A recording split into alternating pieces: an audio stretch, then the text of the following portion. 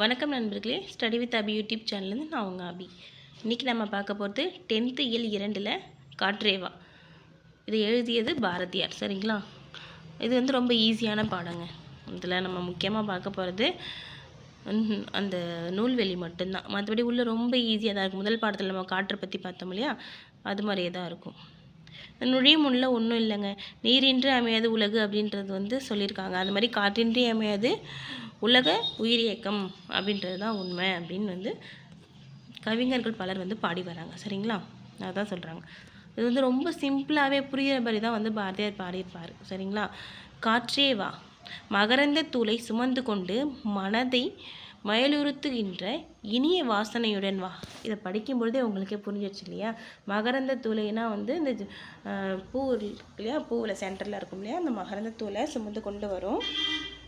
சுமந்து வர காத்தேவா நம்ம மனசை வந்து மயிலுறுத்துறதுனா எப்படின்னு சொல்கிறது, மென்மையாக ரொம்ப அது சாஃப்டாக ஒரு ஃபீலில் அந்த மாதிரி இது பண்ணுற இனிய வாசனையோட வா அப்படின்னு சொல்கிறாங்க. அடுத்து வந்து இலைகளின் மீதும் நீரலைகளின் மீதும் உராய்ந்து மிகுந்த பிராணரசத்தை எங்களுக்கு கொண்டு கொடு. அதாவது பிராணரசம்னா வந்து நம்ம மூச்சு காற்று, அதுதான் சொல்கிறாங்க. அது வந்து கொண்டு கொடு, எடுத்துகிட்டு வந்து எங்களுக்கு கொடு அப்படின்னு சொல்கிறாங்க. அடுத்தது காற்றே வா, எமது உயிர் நெருப்பை நீடித்து நின்று நல்லொளி தருமாறு நன்றாக வா. அதாவது நீ வந்து நீடித்து நிற்கிற மாதிரி நன்றாக வா அப்படின்னு சொல்கிறாங்க. சக்தி குறைந்து போய் அதனை அவித்து விடாதே. அதாவது சக்தி குறைந்து போயும் வராத, காற்றே இல்லாமல் ரொம்ப அப்படி இறுக்கமாக இருக்குது, காற்றே அடிக்க மாட்டேன்னு சொல்லுவாங்க, அந்த மாதிரியும் வராத. பேய் போல் வீசி வந்து மடித்தும் விடாத. அதாவது பேய் போல் நீ வீசி, அதாவது புயல் காற்று அடித்து எங்களை மடித்தும் விட்டுறாத. மெதுவாக நல்ல லயத்தோட வா.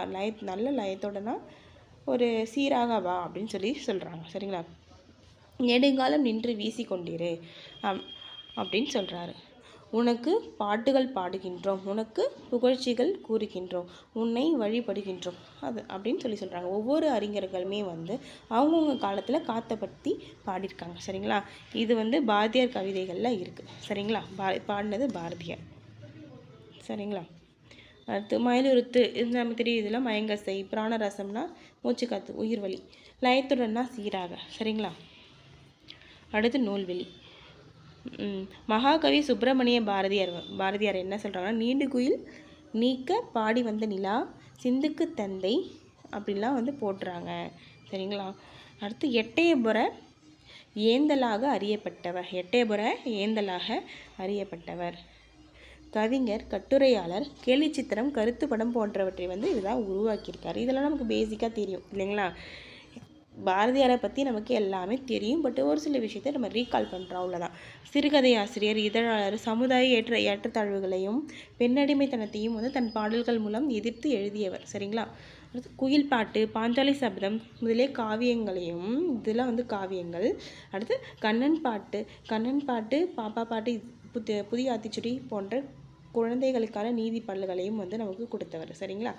இந்தியா சுதேசமித்திரன் அப்படிங்கிற இதழோட ஆசிரியர், இந்தியாவையும் சுதேசமித்திரனோட ஆசிரியர். சரிங்களா? அடுத்து பாட்டுக்கொரு புலவன் அப்படின்ற பாராட்டப்பட்டவரும் வந்து பாரதியார். சரிங்களா? இது இப்படிலாம் யார் சொன்னா அப்படின்னா பாரதிதாசன் சொல்லியிருப்பார், அதை இங்கே கொடுத்துருக்கல. சரிங்களா? நீடு குயில் நீக்க வந்த நிலா, சிந்துக்கு தந்தை, இதெல்லாம் வந்து போற்றியிருப்பாங்க பாரதியாரை பற்றி. இவருடைய கவிதை தொகுப்பில் உள்ள காற்று என்னும் தலைப்பில் வந்து இந்த வசன கவிதையை வந்து கொடுத்துருக்காங்க. காற்று அப்படிங்கிற தலைப்பில் வந்து கொடுத்துருக்காங்க. சரிங்களா? இதில் வந்து வேறு ஒன்றும் புக் பேக் கூட கிடையாதுங்க. 10ங்கிறனால புக் பேக்லாம் மேக்ஸிமம் வந்து இதில் இருக்காது. சரிங்களா? அடுத்து தெரிந்து கொள்வோம். பாருங்கள், தெரிந்து கொள்வோம். இதில் உரைநடையும் கவிதையும் இணைந்து யாப்புக்கட்டுக்கும் வந்து அப்பாற்பட்டு உருவாக்கப்பட்டது தான் வந்து இந்த வசன கவிதைன்னு சொல்கிறாங்க. எதுக்கு? உரைநடைக்கும், நல்லா பாருங்கள், உரைநடை கவிதைக்கும் இணைந்து யாப்புக்கட்டுக்கும் அப்பாற்பட்டு நம்ம ஒரு சிலது எழுதுகிறோம் அப்படின்னா அதுதான் வந்து வசன கவிதைகள்னு சொல்கிறாங்க. ஆங்கிலத்தில் என்ன சொல்கிறாங்கன்னா ப்ரோஸ் போயட்ரி, ப்ரோஸ் போயட்ரின்னு சொல்கிறாங்க.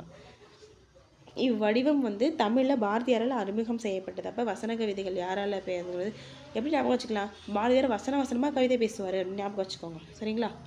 உணர்ச்சி பொங்க கவிதை படைக்கும் இனங்களில் யாப்பு தடையாக இருப்பதை உணர்ந்த பாரதியார் வந்து இவ்வடிவத்தை வந்து கொண்டு வந்தார்.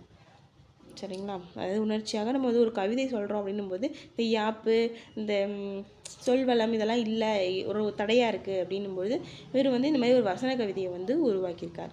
இதை உருவாக்குனது பாரதியார் தான். சரிங்களா? இவ்வசன கவிதையே புதுக்கவிதை என்ற வடிவம் உருவாக காரணமாயிற்று. புதுக்கவிதை வந்து உருவாக வசன கவிதை தான் வந்து அடித்தளம். சரிங்களா? இப்போ வசன கவிதை வேற, புதுக்கவிதை வேற. இதுக்கு இந்த புதுக்கவிதை வரத்துக்கான அடித்தளமே வந்து வசன கவிதை தான். இதை எழுதினது யாருன்னா பாரதி. சரிங்களா? இதோட இந்த பாடம் நிறைவடைஞ்சிடுச்சுங்க. இது பாருங்கள், இந்த இது சும்மா இந்த திக்குகள் எட்டும் சிதறி தக்க தீன் தெரியிடன்னு சொல்லிட்டு அடுக்கு தொடரில் வரும். சரிங்களா? இது சும்மா புக் பேக்கில் இருக்குது. இது எழுதுனது பாரதியார். இதை பார்த்துக்கோங்க, அவ்வளோதான். இதில் வேறு ஒன்றும் கிடையாது. சரிங்களா?